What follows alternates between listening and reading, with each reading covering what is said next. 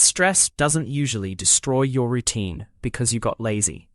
It breaks it because your brain quietly changes the rules.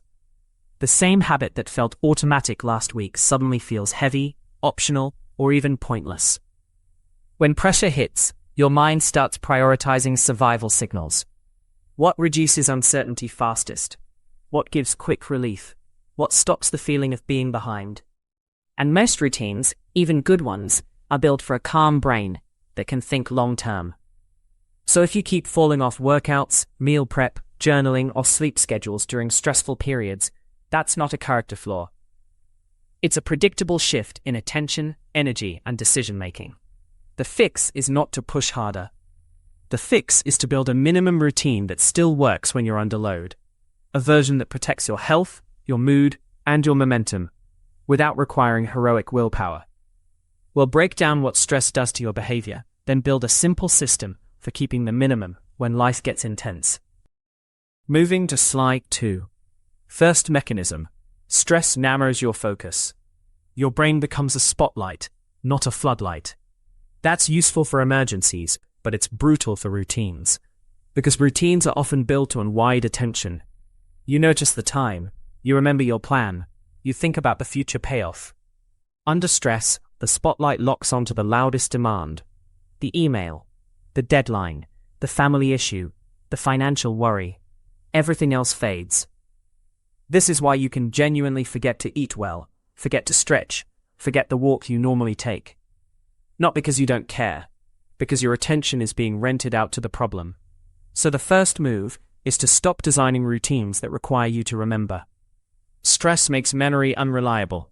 Instead, build routines that are hard to miss. One obvious cue, one tiny action, and a clear finish line. If your stressed brain can spot it in 2 seconds, you're far more likely to do it. Moving to slide 3. Second mechanism, decision fatigue. Stress turns your day into a long series of micro-decisions. What do I answer first? What can I ignore? What's the least risky choice? And every decision has a cost. Routines usually reduce decisions. That's the point. But here's the twist. If your routine has too many steps, it becomes another decision tree. And under stress, decision trees feel like pain. This is where people fall into the all-or-nothing trap. If you can't do the full workout, you do nothing. If you can't cook perfectly, you order something random. If you missed one day, you call the whole week a failure. The solution is to remove branching. Create a default that is so simple, it doesn't invite debate.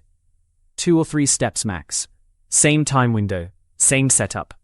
When stressed, you don't need more options, you need fewer. Moving to slide 4. Third mechanism. Stress changes your energy budget. Not just physical energy, cognitive energy. The kind you use to initiate tasks, switch tasks, and resist impulses. You can still be productive at work while your personal routines collapse. That confuses people, but it makes sense. Work often has external structure. Deadlines, meetings, other people waiting. Your routines at home rely on self-structure. And self-structure is expensive where your nervous system is already taxed.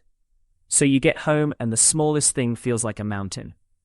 Filling a water bottle, starting a workout, chopping vegetables, even brushing your teeth can feel like it takes effort. The goal during stress is not to maintain your normal routine volume.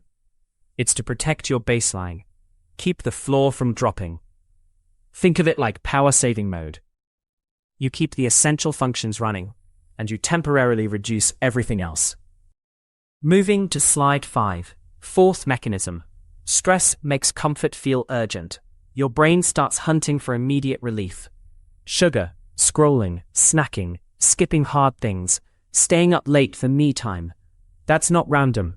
Under stress, the reward system becomes louder. It pushes you toward quick dopamine, quick soothing, quick escape. Meanwhile, routines often feel like delayed rewards. Exercise helps later, meal prep helps later, sleep helps later. Stress says later is too far away. So if your routine collapses into comfort behaviors, don't moralize it. Treat it like a signal. You're seeking regulation. The move is to swap in comfort that doesn't sabotage you.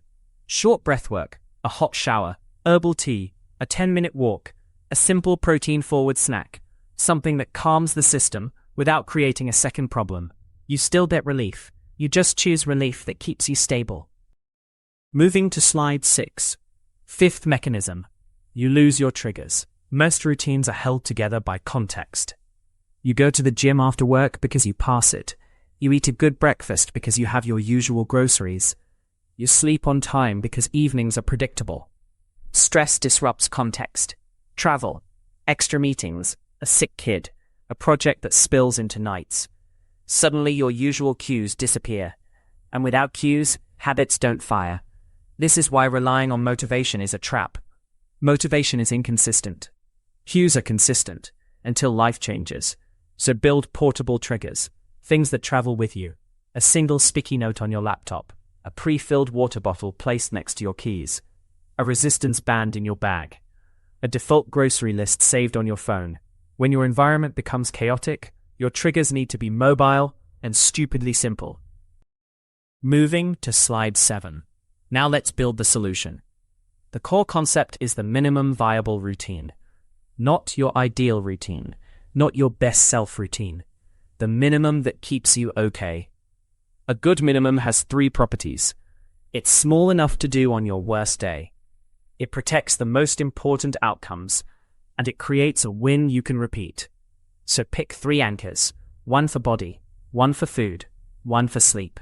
That's it. You can add more later. For body, your minimum might be 5 minutes of movement, a brisk walk, a few squats, a mobility flow. For food, it might be 1 solid meal you can repeat. For sleep, it might be a fixed screams downtime or a 20-minute wind-down routine. Notice what we're doing. We're not trying to keep everything. We're choosing the smallest set that prevents the downward spiral. Minimum routines don't feel impressive. They feel doable. Moving to slide 8. Let's get specific with the body anchor, because this is where people overreach. Under stress, your goal is not peak fitness. It's keeping your body online. Circulation, joint movement, a little muscle signal, and a mood lift. Use the 5-5-5 minimum. 5 minutes total. Pick 5 movements. Do 5 slow reps each. That's 125 reps if you want to count, but you don't have to. Squat to a chair. Wall push-ups. Hip hinge. Calf raises. Shoulder circles. Done. Or use a 10-minute walk rule. Shoes on, out the door, 10 minutes. If you feel good, keep going. If you don't, you still win. The hidden benefit is identity. You keep the story, I'm still the kind of person who moves. And that matters because stress tries to rewrite your identity into, I'm barely holding it together. Your minimum routine pushes back, quietly, every day. Moving to slide 9. Next, the food anchor. Stress eating is often a planning problem, disguised as a willpower problem. When you're stressed, you want food that is fast, predictable, and comforting. So instead of fighting that, design a minimum menu. Pick 2 default meals and 2 default snacks. Defaults mean you can buy them on autopilot and assemble them with almost no steps. A default meal could be Greek yogurt with berries and nuts, or eggs with a bagged salad, or a simple rice bowl with canned beans and frozen vegetables. The pattern is protein plus fiber plus something easy. For snacks, think stable. A piece of fruit plus a handful of nuts, cottage cheese, hummus with carrots, stuff that reduces the blood sugar roller coaster. And here's a rule that helps. When stressed, aim for addition, not restriction. Add protein, add water, add a vegetable. It's easier to do, and it naturally crowds out the chaos. Moving to slide 10. Third anchor, sleep. Stress and sleep have a messy relationship. Sometimes stress makes you exhausted. Sometimes it makes you wired. Either way, sleep routines are usually the first to break. So don't start with a perfect bedtime. Start with a shutdown sequence. A short chain that tells your brain the day is ending. Use a 3-step minimum. Lights lower, screens away. 1 calming action. That calming action can be a warm shower, a few pages of a paper book, or writing down tomorrow's top 3 tasks. The point is to move worry out of your head and into a container. Also, protect wake time if you can. A consistent wake time stabilizes your rhythm even when bedtime drifts. And if sleep is rough for a while, don't punish yourself with extra intensity the next day. Keep your minimum routine. That's how you avoid the spiral of bad sleep, leading to skipped habits, leading to more stress. Moving to slide 11. Now we add 2 tools that make the minimum routine stick. Tool 1 is the 2-day rule. You can miss once, you cannot miss twice. Missing once is life, missing twice is a new pattern. This rule is powerful because it removes drama. If you skip your walk, fine. The next day, the minimum happens no matter what. 5 minutes, 10 minutes, something. Tool 2 is the reset ritual, a tiny action that marks a restart after disruption. For example, refill your water bottle and clear one surface, or lay out your shoes and set a 10-minute timer, or open your notes and write one line, next right step. Resets work because stress creates a feeling of chaos. A ritual creates a feeling of control. And control is not about dominating your schedule.